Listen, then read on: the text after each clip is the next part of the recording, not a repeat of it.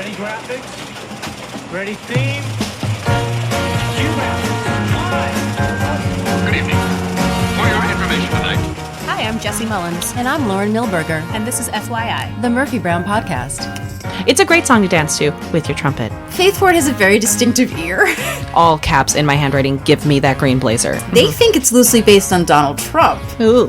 And on today's episode, We will be talking about Season 1, Episode 2, Devil with a Blue Dress On. hi, welcome to it's episode 3. For us, but episode 2 of the show. Season 1, Episode 2 of the show. I had to stop myself there. I'm proud of you. Thank I you. definitely would have just leaned in and gone with it and confused everyone. But we're here and we're doing it. We are. It's our second real quote-unquote episode, along with the second episode of the first season of the show. Yes, So it and works. we are your guides for the Murphy Brown Dum. Dum, Dum, dum, dum, dum. Something that also was exciting that was announced because we pre-recorded the first two. When our live Facebook went live, Antenna TV announced at that time that they will be showing Murphy Brown starting on Christmas with a marathon, and then in January, 2018. finally. Yes. Merry Christmas, everybody. Happy Christmas across the Happy pond. Hanukkah. Happy Kwanzaa. Happy holidays, y'all. We're so controversial. We're Happy so controversial. holidays. Happiest of days in a winter time where you get to celebrate Murphy Brown. I'm very excited about that. They're finally going to be airing. You can watch along while you listen to us, or you can watch it and then listen to us. You know, we're partners. We love each other. Go to Antenna TV. They can choose how they want to Exactly. digest the podcast. Yes, digest. Like a good meal. Now, we listened to the song for the episode beforehand, Sure and we did. recommend that you do that, and we have a Spotify playlist, the Murphy Brown Empowerment playlist. It's pretty great. It's pretty great. So you can rock along with us, because we can't play the music, Ding, ding, ding. Rights are expensive, guys. hence it not streaming and not being on DVD. So So that's a just- whole other rant. Insert wonderful song here. And what is the song this time? Well, we start with the title of the episode, which is Devil with a Blue Dress On. Fun fact, one of my favorite pieces to play trumpet for in high school jazz band. It's a great little ditty, so I definitely recommend you listen, guys. It's a great trumpet solo great if song to anybody's dance working on to. it. It's a great song to dance to with your trumpet. So Devil with a Blue Dress On was originally released by Shorty Long in 1964, but it failed to chart. And as something that Lauren brought up earlier, it's a perfect mix of genius and timing sometimes. And so 2 years later, it was re-released by Mitch Ryder and the Detroit Wheels in a medley with Good Golly Miss Molly by someone you may have heard of, Little Richard. At that point, then it charted number 4 on Billboard. And that's the version that most people are aware of. I also realized that that's what we talked about with Respect last week. Mm-hmm. That Otis Redding recorded it and wrote it, and then it was someone else coming along and, interpreting it in a different way. We were just talking about Whitney Houston and The Bodyguard with I Will Yeah. Always Love You. That was Dolly Parton originally, and then she discovers it, quote unquote, in the movie and does that, and now everyone thinks of Whitney, but Dolly, we love you. Dolly's amazing. Anywho, so this episode was written by Corey Siamis and directed by Barnett Kellman again. Yes, and we'll talk more about Barnett in later episodes. He really, was a big architect of the first season, Absolutely. directing really the first 4 years, really worked on My Sister Sam, and also was a stage director. But I'm going to talk a little bit about Corby. I love Corby. Yes. So we, of course, have mentioned that we're using sort of the big Murphy Brown book as reference. And what's interesting is a lot of the original writers wrote their own bios, which is pretty funny. Amazing. Except she sort of wrote kind of like a baseball card, which I think is pretty funny. I really think we should have taken a book out of this for the website. It took us forever to settle on our bios for the website. Which, hey, they are spunky and lovely, but it took us way too long. We should have just It did. taken a page out of this literal book. Kind of, yes. And I appreciate that Corby just was like, I'm just going to view my stats. And Yes. that's like it. So consulting producer, height, this is, by the way, is from 1990. I should preference. So height 5'9", weight 120, female. Education, BA, University of Southern California, MA, UCLA in American History. Married, credits. I'm reading this like it's I don't know why. Because it's like, it's a baseball card. Story editor, loves Sydney. Executive script consultant, The Cosby Show. Executive script consultant, Foley Square, which is, of course, where she met Diane. Supervising producer, My Sister Sam. And supervising producer, Murphy Brown. That's right, throws right. And Diane and Corby really had a really great relationship. Corby considered Diane English sort of her mentor. And I kind of love what she said. She said, it was like the gift of all time to meet Diane and get to work with her. It's a wonderful sort of projection, finding someone who has the same sensibilities that you do, who is a combination of organized and creative. The result is that you get to do your best work and you're not afraid to take a chance. And that's how I feel about you. Oh, thanks. I feel that way about you, too. And then it got to the point, in the second season that they said that they would come to the same thought at the same time, sometimes the same joke. And so she wrote the second episode. Sisterhood, it's a beautiful thing. And of course, I feel like, and we'll talk more about the process of sitcoms at the time, which is a little bit of now as well. These are group written. So one person writes it and then it comes into the room and everyone puts their stamp on it. And then Diane English, as the head writer, also the showrunner, would then sort of go through it one last time to make it a Murphy Brown, sort of make it seamless. Well, and this is how you end up with shows that have, even though episodes are written quote unquote separately, there's still a writer's room which allows them to have through lines, allow to have things getting set up in earlier episodes that pay off later. That's what these larger writers' rooms and the showrunner are there for. Yeah, well, they'll break the season. They'll, go through, well, this is what we think is going to happen. Sometimes it can change. Here are the moments, guest stars, stuff like that. And they get their opportunity to try and throw a bone in to aid in that larger story, but they have to also be kept along the same continuity and make sure the references are the same. So it's always a team effort. And this is the first one where it would have been, because they would have filmed the pilot earlier, shown it, gotten picked up, and then come back sometime in the summer, have the, cast, but hire the writer's room. Terms, it's like summer training. Yeah. Get your room together. So a lot of these people might not have been involved. Well, I'm sorry, would not have been involved during the pilot. And the inception of everything. Yeah, and now you have a great writer's room, which we'll talk more about as we go along. But so last time, Jesse did the summary. And now it's my turn to do the summary. Can I just share a little fun fact I just literally noticed in this moment? Please. This episode aired on November 21st, 1988. We are 1 week away from releasing this on the exact same date. I know, and I realized that, and because we could have waited, but then we would have waited. We would have. So close. Guys, we had to wait so long because we were working with Antenna TV, and then a lot of things happened, and so we were just kind of chomping at the bit to start. Yep. But it didn't dawn on me, if we had started today, we would have been a day before the original premiere of Murphy Brown, November 14th, and had our episode on the 13th. It's just, I think the reason why that this episode will be airing a week prior to being right on the nose with it is just that if that happened, I feel like the universe would implode. Probably so. It'd be just too perfect. Also, my dad's birthday, as we've mentioned, so I'm a little busy. All right, fine. All right. So let's get into the episode. Let's do it. So we start with our cold open, this time with a person as opposed to pictures, which, a little vignette as it'll start to, become in the series. And it's Corky getting ready for the day, lip syncing and dancing to Devil with the Blue Dress. But we don't know that it's Corky right away. But here's the thing, because Jesse and I talked about this. I always thought that it was Corky and Murphy.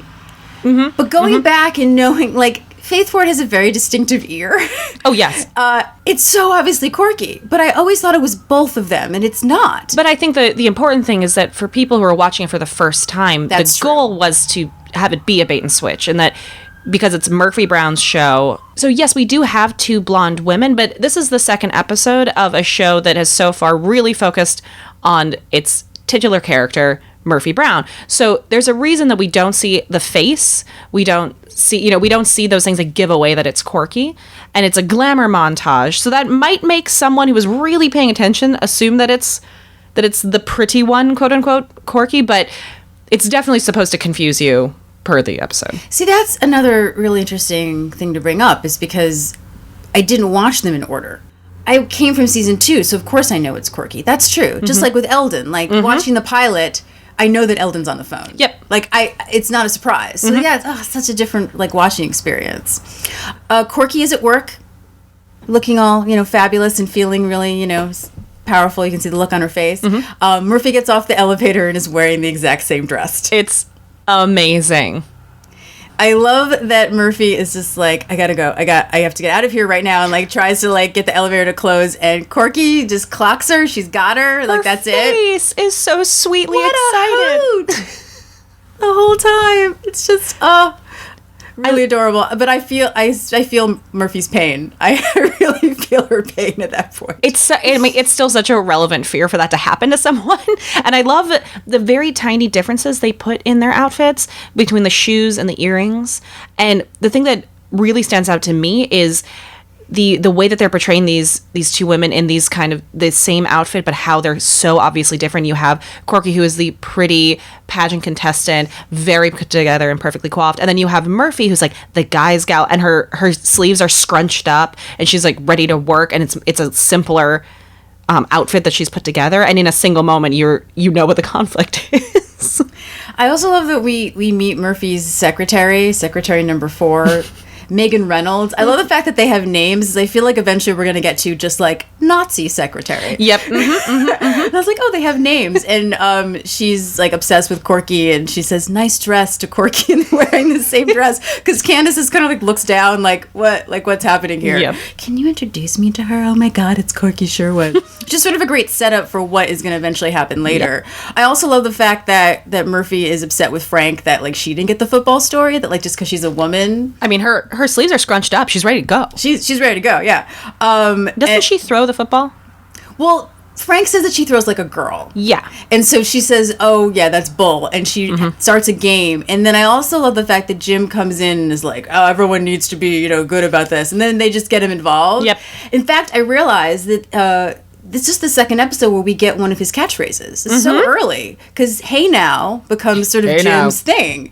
Also, Miles, when he comes in and tries to start a meeting, which no one listens to him about, he starts with the nicknames right away. So they really have these characters. It's not like episode like 5 or 6 where we're like, oh, this is when Miles starts the nicknames for everybody. Like they really have the characters down pat, I think. It also has one of my favorite quotes in this episode, which is you've got legs like a dachshund, so I'll give you a head start. Which apparently, from what I've heard, because people usually ask, was there any improv? And Candace is like, oh my God, never. I'm pretty sure, and again, someone from the show can correct me, that I remember an interview where Candace was like, oh, well, the legs like a dachshund was my idea. Nice. So it's funny that's your favorite line. So yeah, so Murphy has this, she announces at the meeting, as she does in many episodes later on, that she is a great get. She has an interview with the boy wonder of the corporate world, Edward Morehouse. Who, according to the Murphy Brown book, now I don't know if this is the writers of the book who are saying this. They think it's loosely based on Donald Trump. Ooh. I don't know. I mean, Donald Trump, even back then, was big about press. So I would say loosely based, because I guess he was sort of a known name. But this character seems nothing like Donald Trump at the time. Yeah, I mean, I remember the persona that was Donald Trump at that time period, and it doesn't quite follow that it would have been a reference, but I think what probably is the strongest reference, if it was just the idea of a businessman that the average person knew the name of. That's what I think, too. I think probably the scenario and personality, maybe not, but the fact was that there were very few businessmen that everybody would recognize and name, and that would be a big get. So Murphy is really excited about this, and Miles really would like it for this week's show, and she says she needs a clone. It's such a great, because it's like, oh... Look, one's generated for you right here. I love that Miles is like, so really, you guys should not, dress alike thing. No, this should be a thing. We're done with this. Like, just embarrass her even more. And Murphy, of course, does not like this idea at all for Corky to work with her. And it's the first time also that it's Miles, may I see you in my office, which becomes a running gag. And he's like, I don't want to do it because he knows it's not going to be good. And that's when we get the dachshund line. And then we also get our first dartboard. We get the first dartboard. So this is an ongoing thing that happens where she has it's not just a dartboard, it is a target. And for those who might not know what we mean by dartboard, since it's not the most common item anymore, it's a target. And there's always a phrase or something on there that we've noticed seems to reference something in pop culture at the time. Yeah. So what we see on this dartboard is wait for the next teller. which we believe is referencing the savings and loan crisis. That's what I think. I'm pretty sure that's what that is. So for those of you who don't know, very quickly, the savings and loan crisis of the 1980s and 90s, it's commonly dubbed the S&L crisis, was the failure of about 1,043 out of over 3,000 savings and loans associations in the United States from 86 to 95. Long story short, the Federal Savings and Loan Investment Corporation, the FSLIC, closed or otherwise resolved 296 institutions, and the Resolution Trust Corporation closed or otherwise resolved 747 institutions. This was a massive crisis, and this is predating, those of you who saw The Big Short recently in the 2000s. Like, this is a massive crisis, and it was a massive bailout conversation, and to many, the opinion is that it was not handled well by the federal government. So it deserves to be on the dartboard. Sure does. Let's throw some darts at that. Yeah. Murphy begrudgingly agrees to let Corky help her. Corky is ecstatic about this. Oh, she's so happy. She's so happy. In the next scene, we have that Murphy's secretary is answering Corky's fan mail for her. Instead of, Jim is practicing smiling. Oh, he's trying to be warmer. And I love watching Jim try to smile. But it's sort of funny that they sort of throw these side stories at Jim and Frank.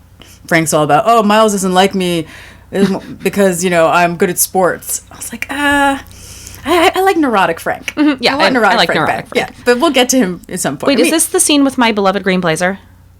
Yes, it's a pretty great green blazer. I mean, again, the fashion, Murphy's fashion is like pretty Perfect. like on point in this whole thing. I just have in all caps in my handwriting, give me that green blazer. And I was pretty sure it was here. Really great green blazer, as is the sort of fuchsia blazer at the end as well. And these two blazers were in a lot of publicity stuff. I remember in a lot of magazines, things like that.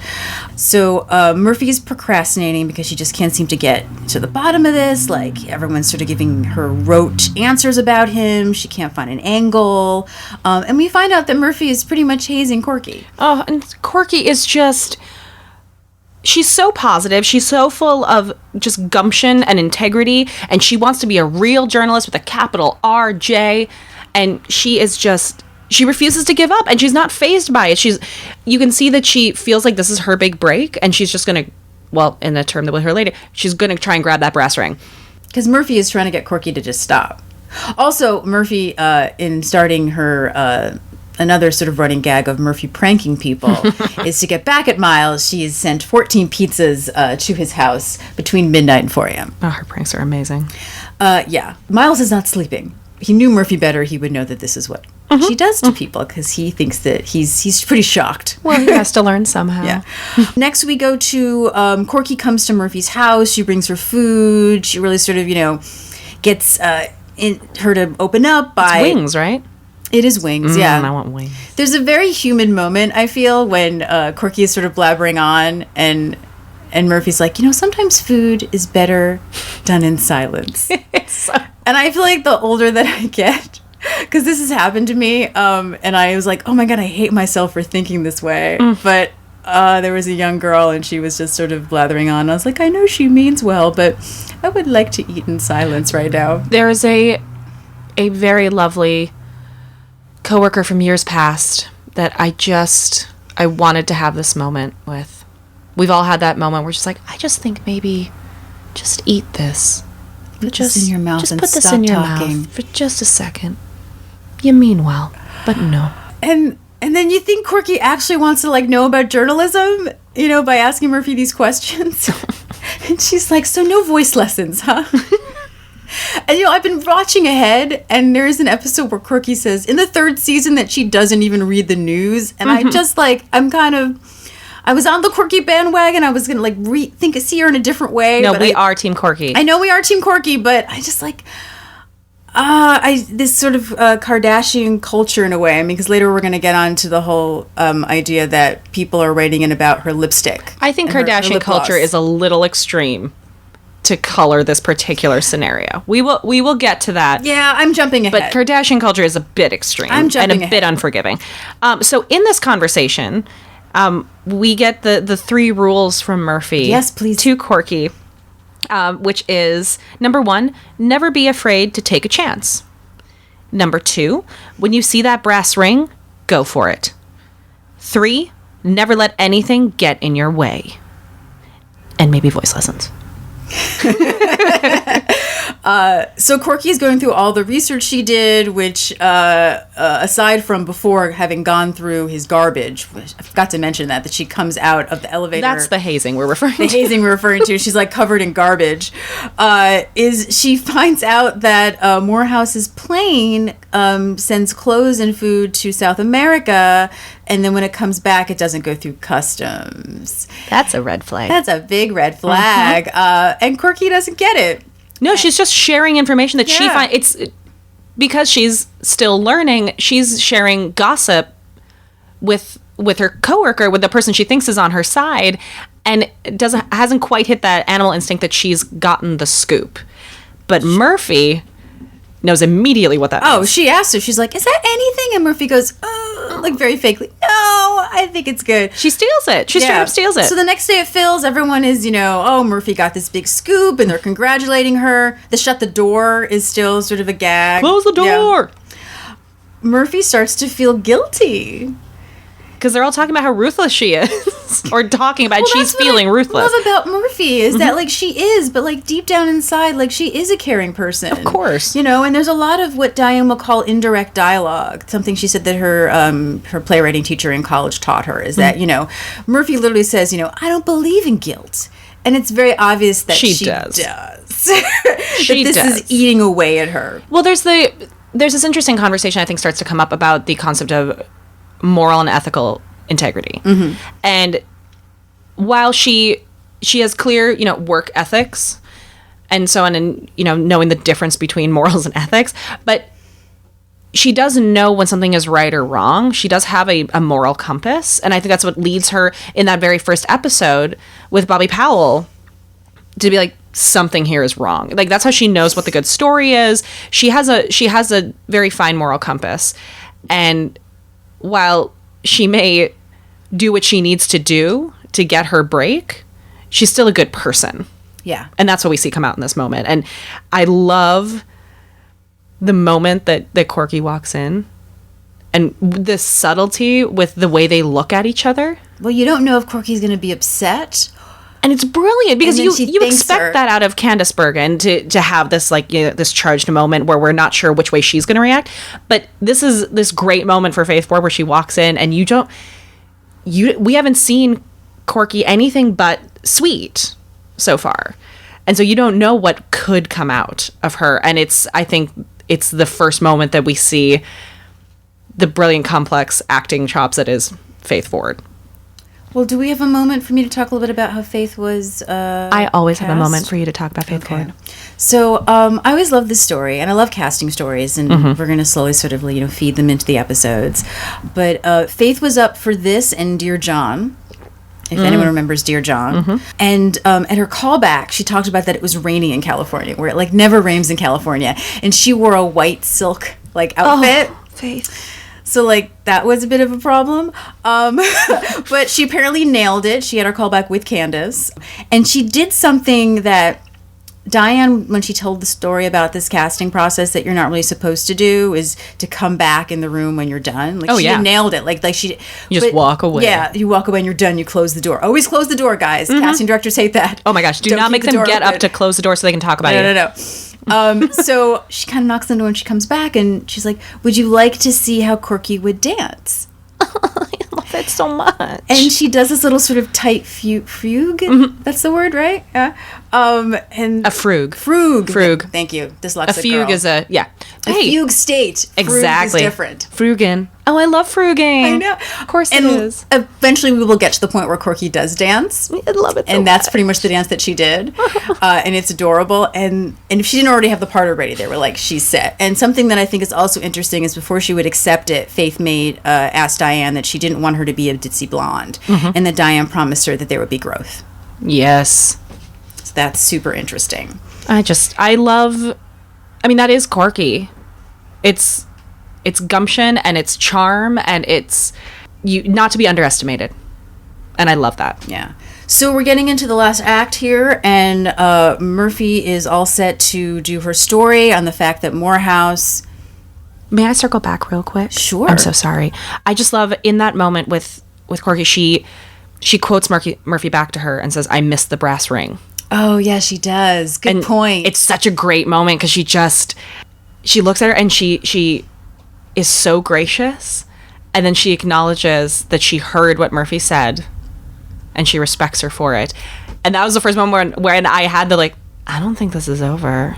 See, we're going to go back. I want to talk about that part with Phil also because he references Nixon as like, I'm sure you did nothing wrong. Like I said to Nixon, at least you're not a crook. And I really thought that Phil was going to be like, haha, I know you did something wrong. And he doesn't. So I'm like, how did you not realize? But they're also sort of feeling Phil out. Phil's just in his dark dive bar where he's just doing his thing. Yeah, but I love what Candace does this great thing where she like rolls her shoulder and puts her head to the side, and like I think her eye like sort of like closes a little bit. It's such a great like, I'm so uncomfortable right now and I've done something really, really bad. Well, and let's be honest, if you've done something wrong and somebody comes in and has already forgiven you, you're so prepped to be on the defensive, to possibly be yelled at and so on. So if somebody comes in and is so gracious, that's one of the worst things you can do to them. Well, that's the thing. It's like, is Corky doing that on purpose because she's like her Southern charm, or does she really have no clue?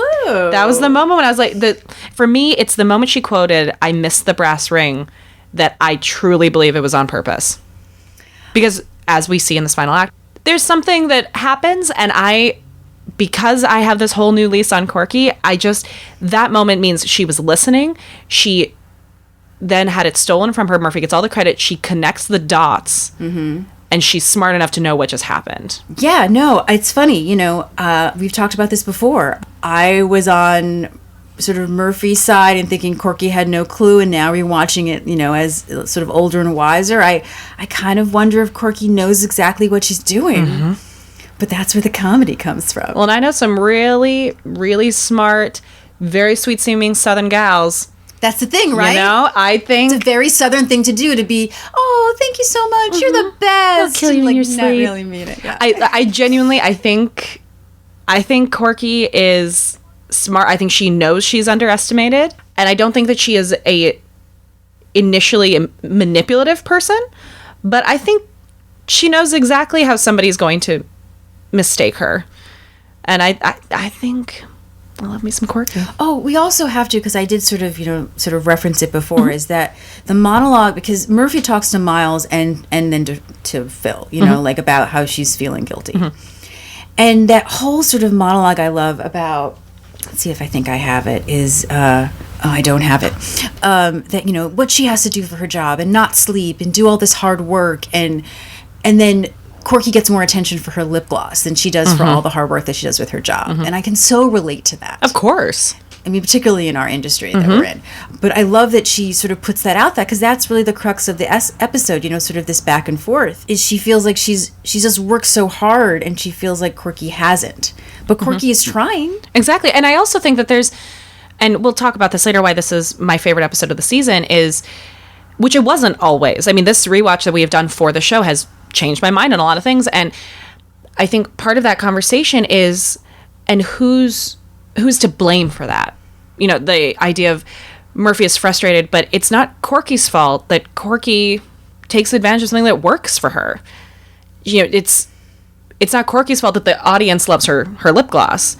She's wearing it and it's working for her in a career field. She's also showing up with integrity. It might be a different background and training and integrity than Murphy has, but she has shown up and she's been positive and she's done everything she's been told to do, and she found everything. And maybe she found it a different way than Murphy would have, but Murphy also wasn't finding it. It's a comment on society at the time, and it's extremely relevant today. Yeah. You have someone who, is more qualified perhaps and has put in the extra work, but someone flashier with a better lip gloss or figurative lip gloss makes a better impression on people, and they like flash over substance. But also, I don't want to. There's a concept of the woman on woman crime, and I don't want to discredit the effort and substance that Corky does have. Oh, sure. And there's that, but there's that thing. It's very easy for those of us who don't always have all of the the genetic lotteries that other people may have, or the You just quoted connections, Carrie Fisher, didn't you? or the connections that those born into privilege may have. And it's very easy to be mad at them for those things, but there's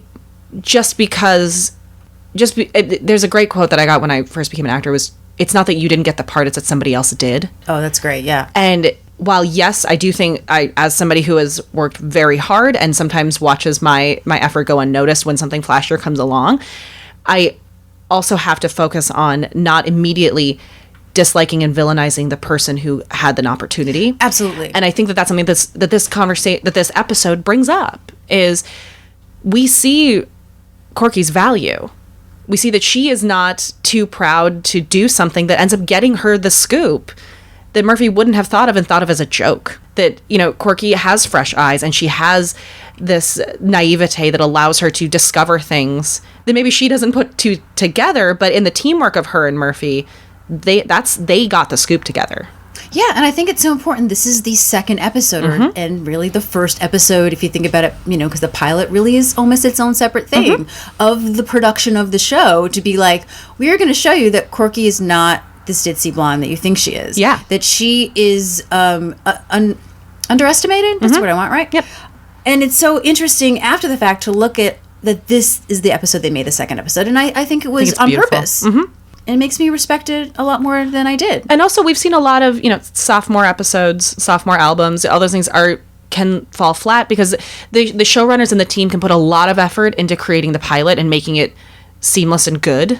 Although we know that the first draft of our pilot was brilliant in this show. But you look at, for example, the TV show Smash had a really great pilot, and then once the episodes started churning out, it wasn't as great. But then you have a show, my favorite, Battlestar Galactica, that had its miniseries, and then its first episode out the gate was this brilliantly crafted, high energy, high anxiety episode that put you right back into what the miniseries has done. So it's a great sign for this show that its second episode has such a relevant and unique perspective right out the gate. I agree. And I really think it was all on purpose that this is something they wanted to establish about these two characters. Yep. So in the final act we're going into now is show night. And we get to meet John, the stage manager. John! Who will become a recurring role. John! He's played by John Hostetter. Who unfortunately passed away last year. A year ago. Yeah, September 2016. So John. It's going to have a lot of moments like that as we go through the series. We are. Buckle your seatbelts, everybody. Yeah, but better we tell you now and that you don't find out later. Exactly. But he's in a lot of episodes. Like, again, established second episode. We got Jim's catchphrases. We got Miles' nicknames. And we have John. Murphy's Pranks. Yeah. So I'm very excited about this. Really is this feels like the show that it became. It's not, a lot of times you watch shows and you're like, oh, it's sort of not the show yet. But this is definitely the show. So Murphy feels guilty, as we know. But not enough to do anything. Yeah, that's true. Because she wants to be the one that exposes Morehouse for being a drug smuggler. So she sets it up with everyone that Corky will do the intro and throw it to her. Yep. And what is Corky supposed to be talking about? Oh, that's right. We didn't talk about that. Because it's mentioned early on in like the first act. The nice little fluff piece. Corky's... I love that because a lot of times they'll bring them up and then we never see the actual story. Health spas for pets. Health spas for pets. Health spas for pets. Corky gets a lot of animal jokes. Oh my God, you're right. She does. Starts with bestiality. And also totally forgot to mention that now Murphy is sending a polka band to Miles's house. He's definitely not sleeping. Nope, he is not sleeping. Yeah. Corky is super excited and trying to, thank Murphy, who cannot take it. She's just, please stop. And what does Corky do? Well, Corky begins the intro as Murphy expects, and Murphy's all prepped to take that story thrown over to her, and Corky doesn't throw it over. She doesn't. Corky just keeps talking, and it goes from, what I love is the way that she goes from her, peppy, Corky demeanor, and you just watch Faith Ford settle into this, like, Murphy Brown posture, and all of a sudden just starts delivering the news. Oh, Corky has her FYI voice. Oh my God, it's great. She always, has this sort of, I am now on FYI now. Is that her outfit from the pilot, by the way? She's in blue. She's in blue and again. She was wearing cobalt blue in the first episode. Yeah, I was wondering if they spent all the money on Candace's outfits. I mean, maybe. Corky looks good in blue. She does. Yeah, she does look good in blue. I also love that Murphy's trying to get the camera over to her. She's trying so hard. And they're like, no, because No, no, no. also because Corky's also nailing it. Yes, she is. She's doing very well. She didn't just steal the story back to herself. She's brings the nailing it. Because I noticed also rewatching it that at the beginning they say whose story is who. Yeah, they Like- say, and she just keeps it. She just keeps it. So it's, the audience probably knows what's happening. I wonder if there was like articles or after. Oh, I bet there the were. Tattler, like, oh, she stole her I'm story. sorry. Well, because, and so Corky's grabbing that brass ring. Go, Corky. Mm-hmm. But also, the thing that then happens, which is why I think it probably ended up in the Tattler or something like that, Yeah. is the fact that then Murphy has to do the health spa for pets Yes, she does. story, which that the audience knew she was not supposed to do. Jim tries to smile. There's also a moment where, like, you can see on Frank's face when it's happening, like, held in laughter or, like, giddiness. Of, Oh, he knows. Oh, Murphy's getting it. And then they go off camera, the show ends, and there's just that moment of silence. Because everyone knows Murphy better than Corky does, and they know she's dead.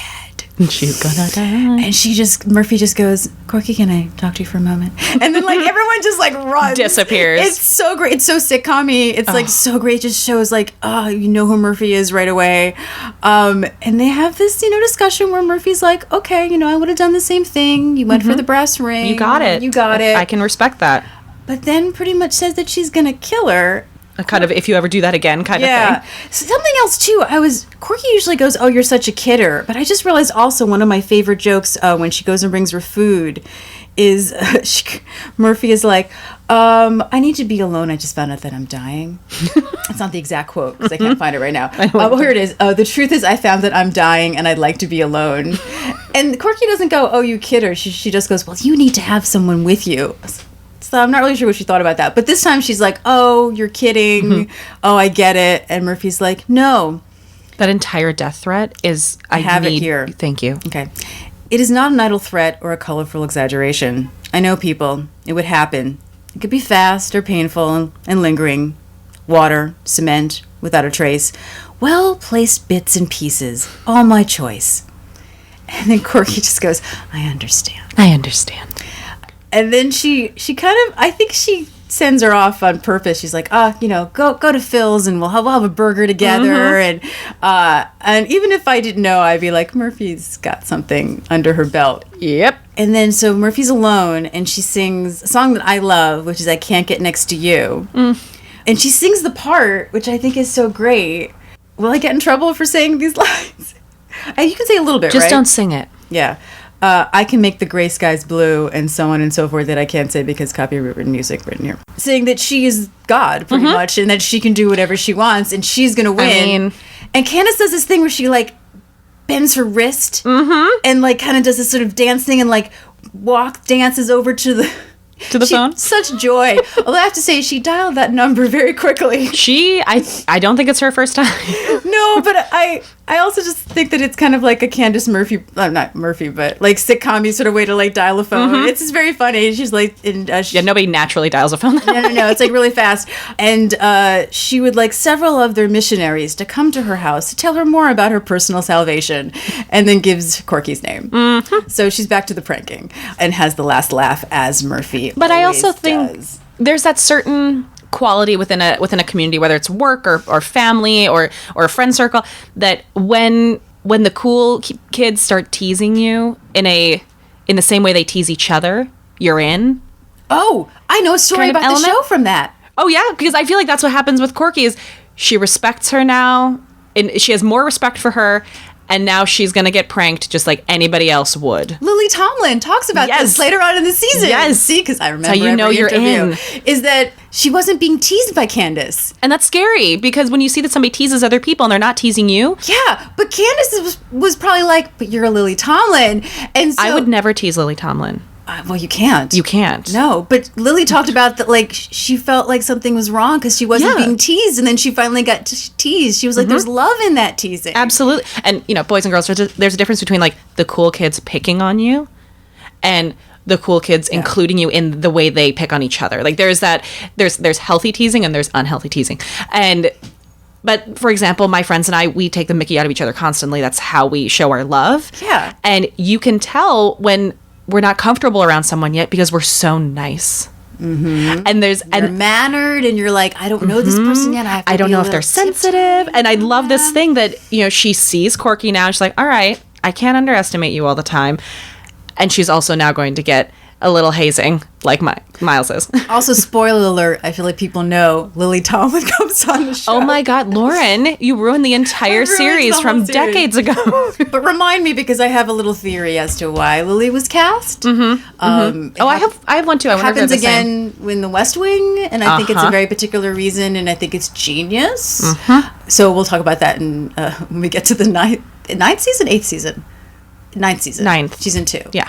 So that is Devil with... A blue dress on. Thank you. I always want to say A. Devil with a blue dress. A blue dress. Because it's also apparently known as Devil with... Don't you dare talk about the confusion. We will never remember how to say this title again. As a dyslexic, it's been really confusing lately. It is Devil with a Yeah. blue dress on. Oh, I should talk about the song, though. So I Can't Get Next to You is from 1969. It was a #1 hit by The Temptations. It was written by Norman Whitfield and Barrett Strong for the Gordy label, which is one of the Motown labels. The song was #1 single on the Billboard Top Singles charts for 2 weeks in 1969. Nice. So this was, so much fun. Did I Yeah. just say oh my God, I can't believe I did I've that. said literally a few times, and I'm really angry at myself. Although I did try to use it actually literally and not figuratively, but I'm still trying to break myself of that I because didn't mention that Murphy used some Yiddish. She said chutzpah. you should be mentioning these things. I should. I am pretty much a Yiddish radar. You are. People think I speak can guarantee Yiddish, this. and I have to be like, they're like, no, you speak 2 languages. You speak Yiddish. And I'm like, no, I know Yiddar? words. Radish? Radish. You're a radish. I speak radish.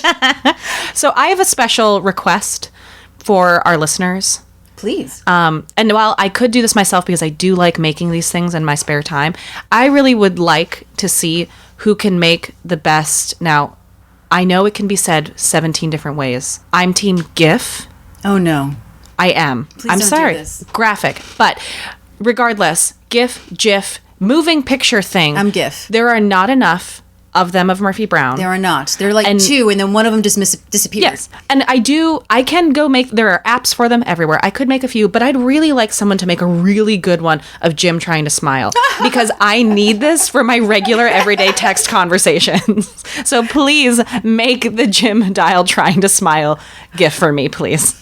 Oh, that would be precious. Right? I'm just going to send it to you every day. As I'm trying to wake up in the morning.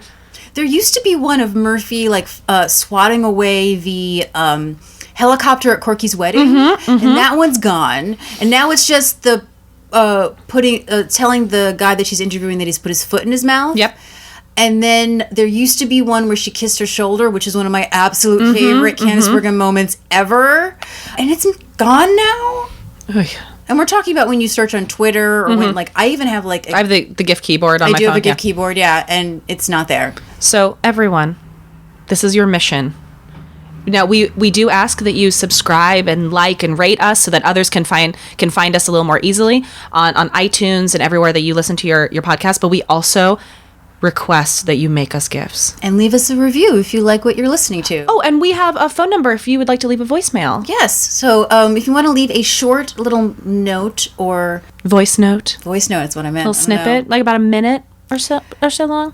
Of what Murphy Brown means to you, we would love to include it in a future episode on the show. We would love as to. bumpers or something like that. We just want to share the community, and we know you're as excited as we are. Yeah. So that number is 646-450-6902, or you can record it on, your phone and little voice notes and send it to us an email at murphybrownpod@gmail.com. Perfect. And please reach out and leave us a response and a like on our social media on Facebook, Twitter, and Instagram. It's Murphy Brown Pod. Everywhere. Everywhere it's Murphy Brown Pod. Yes. Including the website, murphybrownpod.com. It is. And next episode, we will be talking about Season 1, Episode 3, Nowhere to Run by Russ Woody. Please prep yourself by listening to the song Nowhere to Run by Martha and the Vandellas. Love Martha and the Vandellas so much. Put them in your ear holes, people. I love them so much, guys. You will thank them. I always like the obscure one, everyone's about, it's the Supremes. And I'm like, no, Martha and the Vandellas. Such a hipster. Yeah, I mean, this is also someone who at the age of 12 had, the best of the Dixie Cups. Thank you, Candice Bergen and Diane English. I love you. Hey, I finally got to see them live once. It was really exciting. I'm proud of you. And next, in 2 weeks, that episode is definitely a Miles episode. So we'll talk about my favorite casting Yay. story, how Grant Shaw was cast. Grant. And yes, that will be in 2 weeks. We are so looking forward to it. See you then. For another edition of FYI. The Murphy Brown Podcast.